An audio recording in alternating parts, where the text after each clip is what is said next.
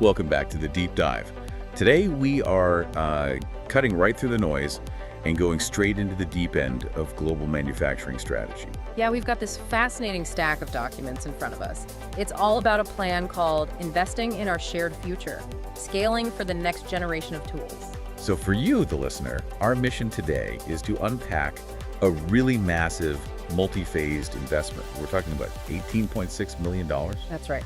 And it's all designed not just to, grow production, but to build something they're calling a bulletproof, scaled, and resilient supply chain for high-performance tools. And our sources are all about this big move by Anshin Tools out of Taiwan and their brand new facility, Shunfa Plant 2, over in Vietnam. Right. So we're seeing them take decades of that very specific high-end Taiwan manufacturing expertise and deliberately building out a global footprint. With a huge goal. They want to triple their production capacity. Okay, let's get into this. Let's really unpack what this means for the global tools market. I think we have to start with the foundation, right? Absolutely. Before we even get to Vietnam, we need to talk about Anshin Tools in Taiwan. They've been around since 2012, specializing in those high-performance manual and pneumatic tools, professional stuff. And that's the key. The only reason this whole expansion is even possible is because of their existing credibility. You can't scale if your core product isn't trusted. And that credibility is really non-negotiable in the professional space. Exactly. The documentation is really clear that their products consistently blow past the big international standards, DIN, ISO, ANSI. And those aren't just, letters on a box. They're the global gold standard for durability. You can see them doubling down on that quality in Taiwan, even while planning all this. The recent upgrades at the main Anshin facility, they were substantial. They added 16 new CNC machines. That brings their total up to 28. And what's so important about that is it's all about precision. That upgrade boosts their precision for those high tolerance tools, and it pushes their output at that main facility to, 120, maybe 140,000 sets a month? A huge number. They're strengthening the core before they even try to copy it. And they build the quality assurance right in. The docs highlight this big QC team. It's 8 people just on quality control, plus another 10 technicians and 2 inspectors. So any people. 20 people just making sure nothing, absolutely nothing slips through. They're aiming for 0 defects. If we connect this to the bigger picture, Anshin's real strength isn't just the volume, it's their flexibility. How so? They're set up to manage these huge high-volume orders, but also the more diverse, specialized low-volume orders. They're already serving clients on 5 continents, so the whole value proposition is this high-quality, flexible partnership. So the upgrades in Taiwan were basically proof of concept. Exactly. It shows they're committed to quality while getting ready to scale.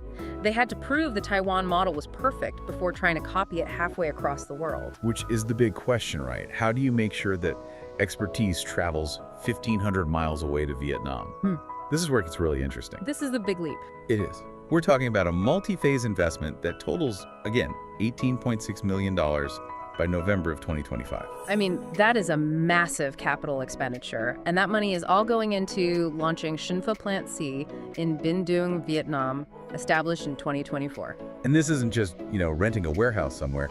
It's a brand new 10,000 square meter facility, built from the ground up. State of the art. And the logistics I thought were really clever. The new plant is just 15 minutes away from their existing Shunfa plant bust. So it's not 2 separate operations. It's one big integrated hub. That's it. And they moved fast. They immediately staffed up with 45 new people, including 6 dedicated engineers. Just ready to go from day one. Okay, but the big strategic why has to be the most critical piece of this. The presentation says it so clearly. The goal is creating a resilient supply chain. And that's the lesson everyone learned from the last few years of shipping crises and geopolitical instability, right? Absolutely. But what specifically does that $18.6 million buy them in terms of mitigating that risk? It hits 2 huge goals at once. First is diversification. Simple as that. It reduces their geographic risk from being so concentrated in Taiwan. Yep. Second is capacity unlocking. By building this robust multi-location footprint, they can grow like crazy without hitting a bottleneck in one spot. It's basically a high-quality backup system that's also an expansion. It's a geographical insurance policy wrapped up in a growth plan. That makes a lot of sense. We should also point out the focus here. The documents mention Shunfa is specializing in high-quality impact sockets, mostly for the North American market. Yeah, this isn't just general growth, it's a surgical strike into a really high demand product area. And the whole thing depends on duplicating that Anshin precision. You move production, Yeah. you can't have a quality drop. Absolutely not. And that's why the documents keep talking about an identical mirror infrastructure. Okay, tell us what that means in practical terms. What does mirroring really involve? It means the Shimfa plants in Vietnam are getting the exact same cutting-edge equipment as Anshin in Taiwan. Down to the specific models, identical CNC machining, drilling, grinding, stamping, everything. So the output is consistent no matter if it comes from Taiwan or Vietnam. That's the goal. And that's where you really see the $18.6 million. I mean, if you look at their investment table, from April to November 2025, the number of fully automatic CNC machines just explodes. It goes from 12 to 42. Wow, that is a blistering pace of automation. And it's specialized. They're adding CNCs with robotic arms going from 6 to 16. The notes say this is specifically for their high-end Icon line. So it's not just automation for volume, it's for repeatability, for near zero errors. Exactly. It's how you ensure that tripling your output doesn't dilute your quality. Okay, but the tools are only as good as the testing. And to make sure quality stays the same across 2 continents, they use an identical Precision Lab setup. Right, the testing suite. Yeah, we saw a list of these specialized testers. Computerized torque, Rockwell hardness, salt spray, eccentricity testers. For the listener, why does this specific group of tests matter so much? That's a great question because it can just sound like a bunch of jargon. Let's translate it. Yeah. Computerized torque testing.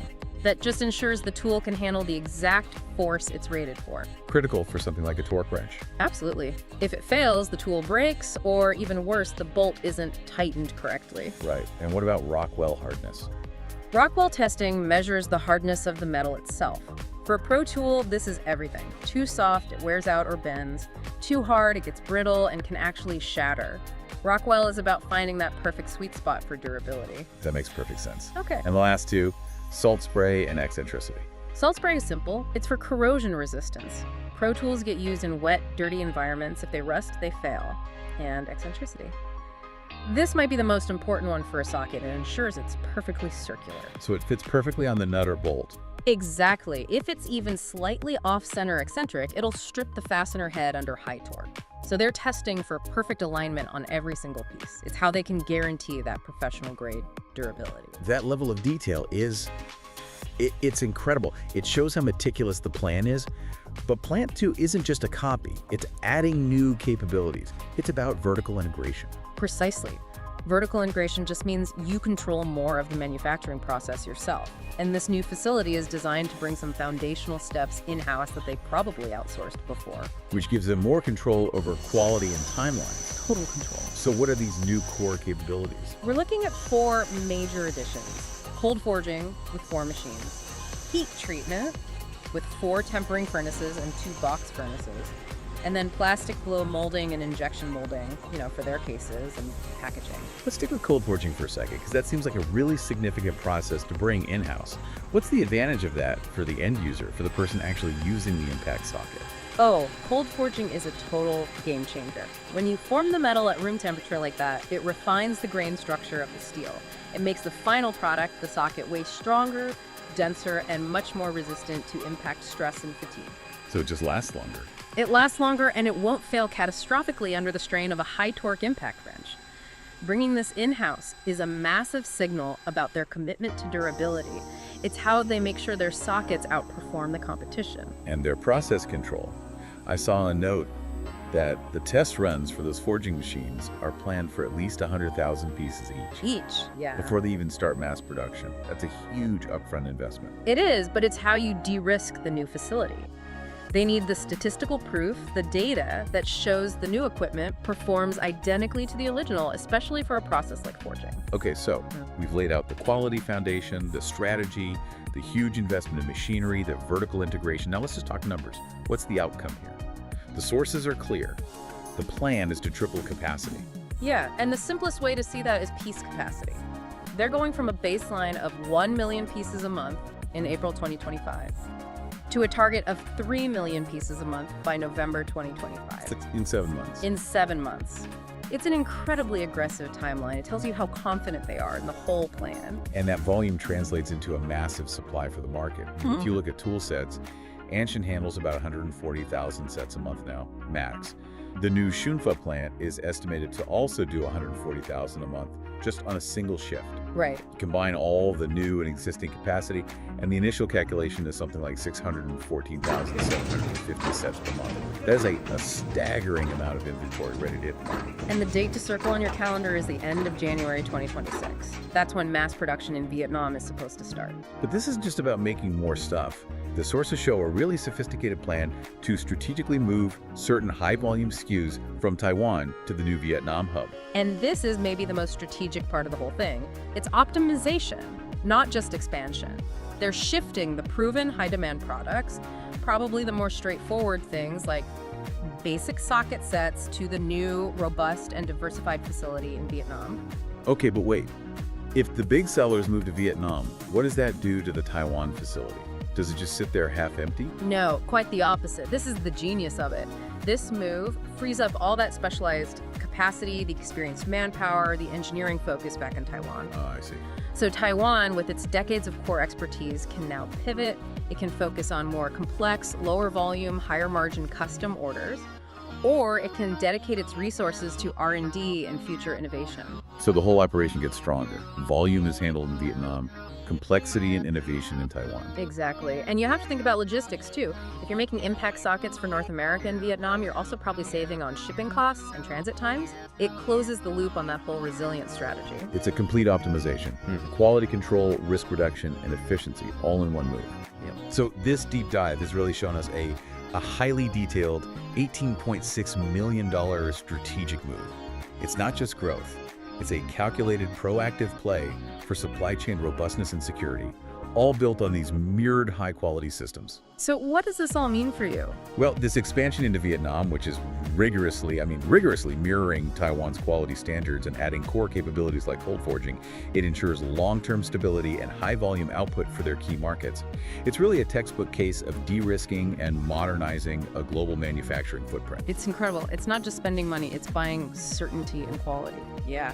And this whole strategy transitioning high-volume manufacturing to a diversified hub while holding on to those critical quality standards like DI and ISO, that's really a defining strategy in global trade today.